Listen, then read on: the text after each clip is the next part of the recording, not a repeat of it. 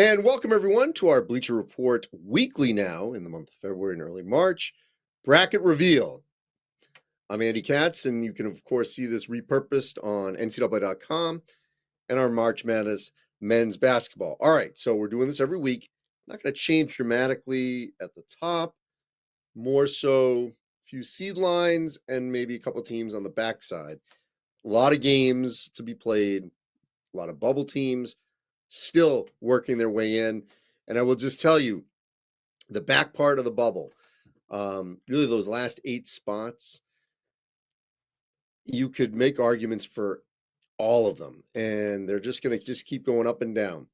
Now, before we reveal all this, a reminder that on Saturday, the Men's Basketball Selection Committee will reveal the top 16 that they see at this moment in time. So that's more real than anything we're doing, obviously. They've got the exact top 16. It's not going to hold till Selection Sunday, but it's usually about 75 to 80% of those 16 teams stay in the 16. Not all, not in the same order, but it's going to give us a really good feel of where the Men's Basketball Selection Committee is at for the 1, 2, and 3, and 4 lines. All right, so let's do with our number 1 seeds first. Purdue, number 1 seed in the Midwest. Arizona, the number 1 seed in the West. UConn, the number 1 seed in the East. And Houston is the number 1 seed in the South. So at this point, the movement from the previous week is that Arizona, has come back up to the 1 line. North Carolina has dropped down. Remember, North Carolina lost this past week at home to Clemson. Arizona has the good metrics, and they're back atop the Pac-12, winning road games as well. So I have said from the beginning that Purdue and UConn, I can't see where they don't hold the number 1 line in some, whether 1 overall, it's going to be one of the 2. And then number 1 seeds 3 and 4 will fluctuate to some degree. There's still only a handful of teams that I think could get to that 1 line, but I just don't see a scenario where Purdue or UConn fall off the map and don't have a spot on that 1 line. So let's start, and we're going to go Midwest, West, which is what the matchups would be, and then Southeast, if I'm not mistaken, is how we're going to unveil this. And of course, we'll take your questions. We're going to look at some resumes as well to discuss where teams are at. So let's first look at the Midwest with Purdue atop the bracket. Now, the key thing here is, and this is really all that matters to a school like Purdue, is you want to be in your most advantageous position to get, to the Final Four, which of course is in Phoenix this year. And so in Purdue's case, they'd be playing those first 2 rounds in Indianapolis, essentially a home game, and then to Detroit. So in their sphere of influence, if you will. So Norfolk State, Central Connecticut. Then we got an Indiana State, Texas 8-9 game. By the way, Indiana State, Purdue in Cambridge. Indiana State already played in Cambridge in a doubleheader with Purdue. I was there. They beat Ball State right before Purdue beat Arizona. So that would be a great atmosphere if that were the case in a second round.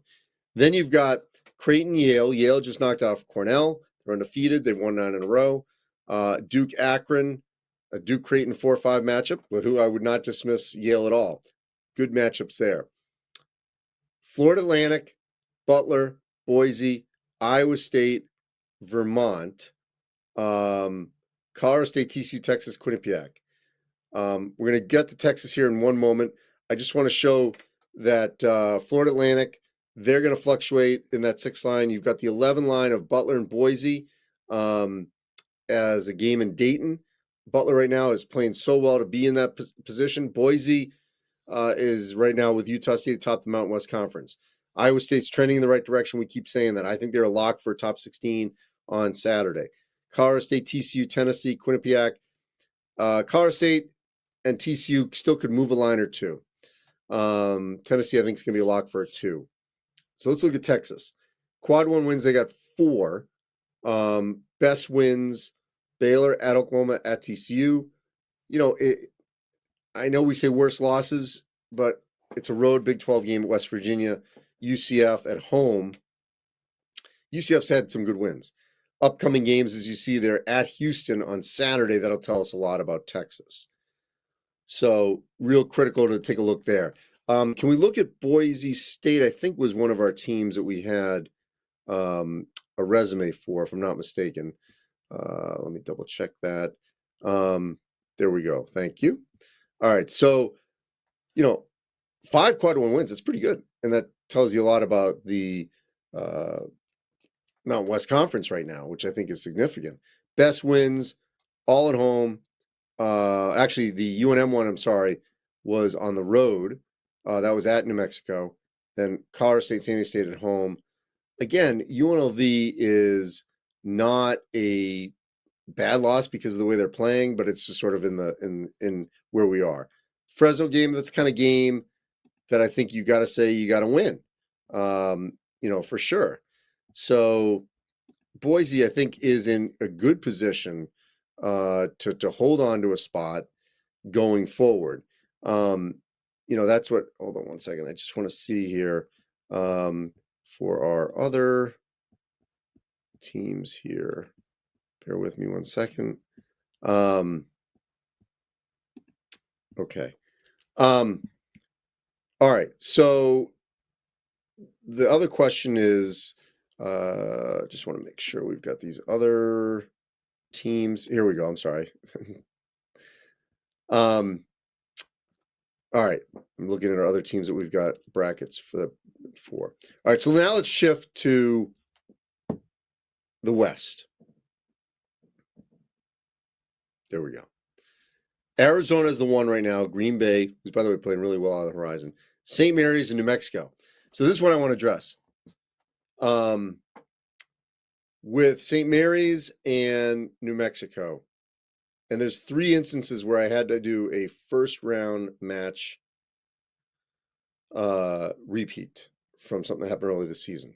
What the selection committee is going to avoid doing is they're going to avoid first-round repeats of conference matchups.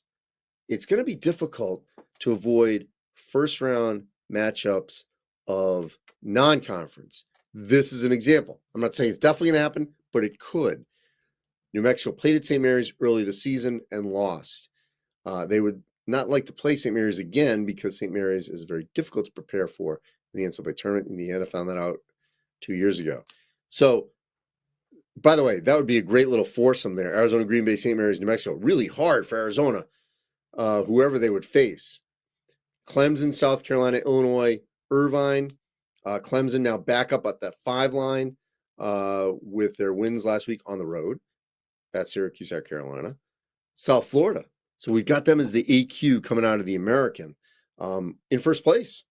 The Bulls doing a great job. San Diego State, Grand Canyon, Auburn, La Tech. The Aztecs, 6. I think that's kind of where they'll be.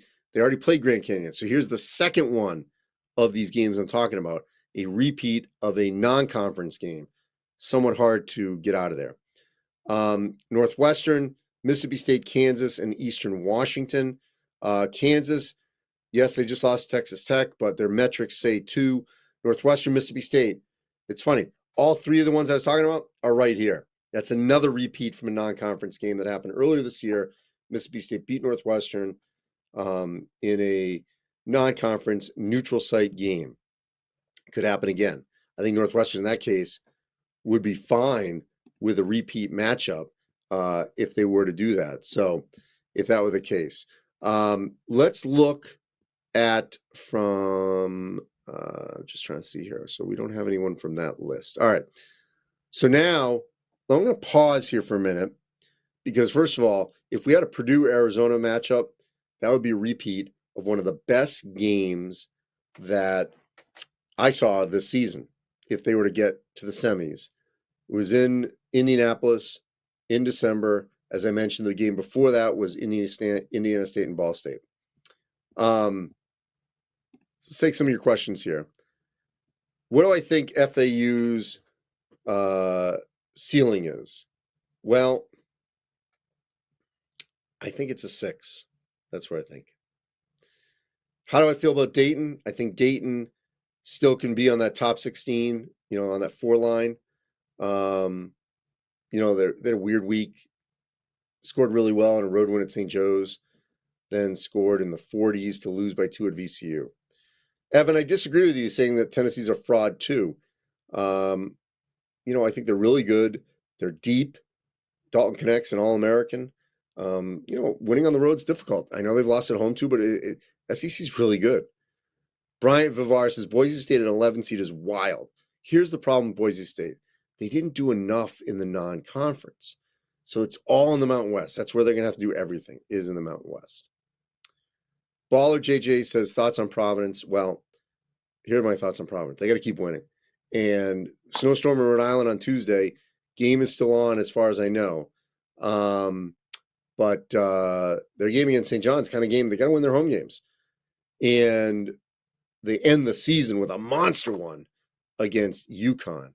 So we'll know a lot more about the Friars after that. What's Illinois' ceiling? I think their ceiling is probably a 3. That's where I think their ceiling is. All right. So let's go to the South. If I'm not mistaken, we're going South or East here. I'm sorry. South. Thank you. All right. South. Houston now atop the South. We've had them 1, 2. They're still trending in the 1 line. Michigan State moving up to an 8 against a Florida team that has some really good wins this season, including beating Kentucky on the road. So, again, that would be a really difficult bracket for Houston if that was to come to pass. So someone asked about Dayton. Can they get to the 4? Yes. Here they are as a 5 after splitting 2 games last week. Sanford's not going to be easy. Now, Wisconsin, holding on by a thread on the 4 line. A few weeks ago, we talked about them. Could they get up to a 1? Then it was a 2. They've now lost 4 games in a row. Just lost at Rutgers. So the Badgers are holding on by a thread. I think they will stay on that 4 line for the top 16 reveal, but it's going to be dicey. App State's not going to be easy either. They can get back up, by the way, Wisconsin. Hopefully this is just a blip for them and they just, turn the season after missing it last year. Oklahoma's a 6 against Nevada Wake. I'm high on Wake Forest. I know they lost on Monday night to Duke, but I think they're going to be one of those teams. They're going to be right there down to the wire. Nevada, again, out of the Mountain West. I'm convinced we're going to probably have 2 Mountain West teams in Dayton, just because of the way they're playing and beating up each other. Alabama as a 3. It's amazing. Played a great non-conference schedule. Great. Didn't win a lot of those games, but they played well, and now they're atop the SEC with South Carolina. High Point's a little dicey, dangerous. Texas Tech coming off that win. Now, I will say we did finish this before that final. I don't know if they'd be on a 6, but I think they could be. So 6-7. Here you got them against A&M. A&M's got good home wins. Be nice if they get a road one. And Marquette as a 2. Feel pretty good about Marquette as a 2. And then Colgate. All right, so now let's go to the final bracket, the East. Here for UConn, by the way, this will be perfect. And I think this is going to play out. The UConn's going to go Brooklyn and then Boston. So they're going to have the fan support all the way potentially to the Final Four with a chance to repeat as national champions. Virginia and Washington State. What a game that would be. Tony Bennett coached at Washington State before he came to Virginia. Kyle Smith is doing a great job. Tony Bennett, within the season, struggled early. Kind of a newer roster outside of Reese Beekman for the most part. They've won 9 in a row. They're playing great, knocking on the door in second place in the ACC. And Wazoo, second place in the Pac-12. So right now they're the second best team in the Pac-12. BYU against Richmond. So that's a case where we've got Richmond as the AQ and the A10. Dayton get the at-large. Should be good for the A10 if they can get 2. South Carolina, McNeese State. Will Wade is doing an outstanding job down there. That'd be a hard game for South Carolina, but That is the surprise right now that we've got from last week to this week. South Carolina getting on that 4 line, and there's a good chance that's going to hold for Saturday in the top 16 reveal. And Lamont Paris doing an outstanding job. Utah State, another Mountain West Conference team against Ole Miss. Ole Miss is trending the wrong direction right now. Last undefeated team. Baylor against Wilmington, Kentucky, Nebraska, Carolina, Morehead State. I'll get back to that bottom in a minute. So here's Ole Miss. Only 2 quad 1 wins. Florida at A&M. Worse losses. It's not worse they lost to Auburn, but they got swept by Auburn. Look, big game against Kentucky on the road and Missouri. That's all this week. So really interesting to look at what Ole Miss does here down the stretch. So Kentucky is a 7. They're trending in the wrong direction. 3 straight losses at home. They have to rectify that. Nebraska, I see them anywhere from 9 to 11, but I think they're going to be in. The metrics say it, without question. So let's look at Nebraska. 3 quad 1 wins, and they're going to have more quad 1 opportunities down the stretch and in the Big Ten tournament. Their road win is at K-State, which is good. They got to get another one in some form or fashion. Penn State, be good if they can get that one. Let's look at a couple other resumes here before we take a couple more questions. By the way, I know people don't like chalk, but if you had a Purdue, Arizona, Houston, UConn Final Four in Phoenix, you'd have Purdue with the storyline of trying to get back and do what Virginia did 18-19 after losing to Fairleigh Dickinson last year. You'd have Arizona as a de facto home team from Tucson to Phoenix. UConn trying to repeat as champs, and Kelvin Sampson getting Houston back to the final would be pretty remarkable. So there are some bubble teams here that I also want to look at, and we're just going to sort of run through these. Utah. So some people have Utah in. I don't right now because they're losing games. The metrics may say they're, should be in, but maybe they find a way in. They got to win some games here. And now they're going on the road down to USC and UCLA. So to me, they're trending in the wrong direction. Let's keep going here. As another one that I wrestled with and wondered if they should get in or not. Because a lot of these teams, I think, as I told you, I think are interchangeable as to whether or not, you should put them in. And the ones that are popping in my head are like Cincinnati, Gonzaga, Colorado, St. John's, Memphis, and Xavier. Those are the schools that, we can look. And so here's Gonzaga. We waited for them to get a quad 1 win, and they got it at Kentucky. So they got one. They got to just keep winning. They got to finish second without question. Right now, they're 2 games back at St. Mary's. If they could win at St. Mary's, obviously, that's a game changer. So I have Gonzaga like right there to potentially get in, but they got to keep winning. The Kentucky win at least gets them in the conversation to be an at-large team. And maybe they'll win the tournament, and then it'll be a moot point. As I mentioned, these other ones that you could, Colorado, St. John's, Memphis, Xavier, and Cincinnati are all other ones that I think, are in the same group. So here's Cincinnati, 2 quad 1 wins, TCU, at BYU, at Texas Tech. At Texas Tech's a huge win. Think about that. I mean, Texas Tech just beat Kansas on Monday night. And these aren't bad losses. They're just worse numbers-wise. So beat Iowa State at home. It's a huge game for them on Tuesday night. That'll tell a lot of that'll maybe push them in off of the bubble. A couple more of these before we get out of here, and then we'll take a couple questions here.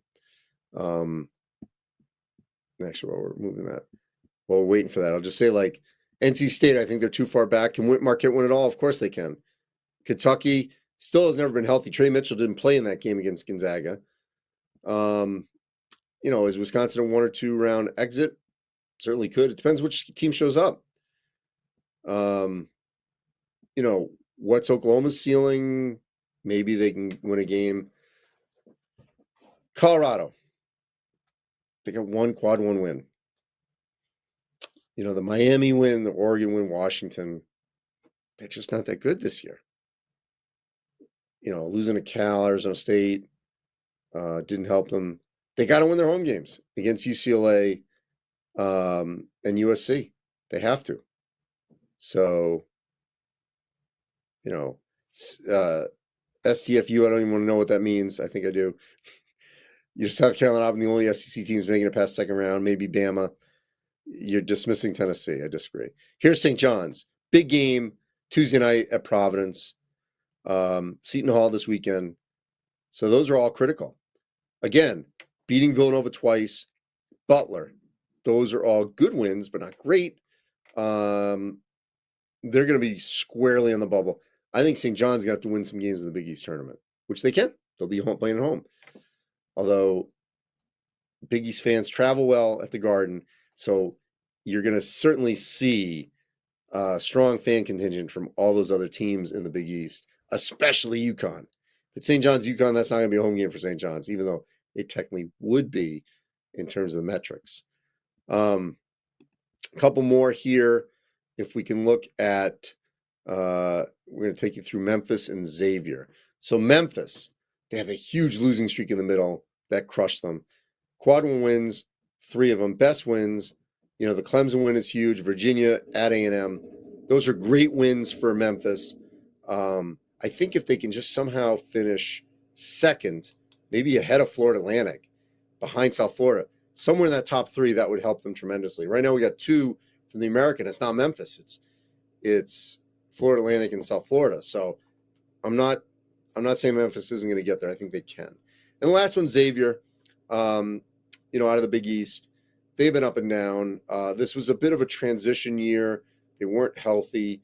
So the fact that we're even discussing them as a possibility, I think, is significant of Sean Miller's ability to put these teams in position to be in position.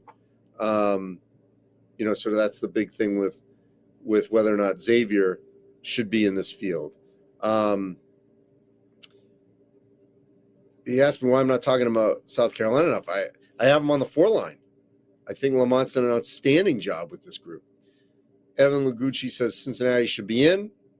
I think they're right there to get in. We'll see. How many wins? Brett's asking if wins for Wisconsin to make the tournament. They're in the tournament. The question is about seeding. That's what we don't know. Auburn, I think, could be a team. They're so much better at home than road. So, Broome obviously is an elite player. I think they're going to be a team that's going to at least win one game, and they certainly could be Sweet 16. I think Memphis ultimately will get in, Juice, but they got work to do to make sure that happens. All right, so a friendly reminder, Saturday, we will actually have the top 16. We will discuss it, break it down with you guys, 1 o'clock Eastern. It's going to be on CBS, 12:30 to 1, somewhere in that window in their pregame show. They will unveil the top 16 for the men's basketball selection committee to give us a sense of where they are, essentially a month out from Selection Sunday. As always, you can check this out on the BR app, NCAA.com, March Madness MBB, and we'll keep doing this over the next month. Appreciate your time and your questions and your engagement on all of this. You can follow me at the Andy Katz and at the Real Andy Katz on Instagram. Take care, everyone. Appreciate your time. Thank you.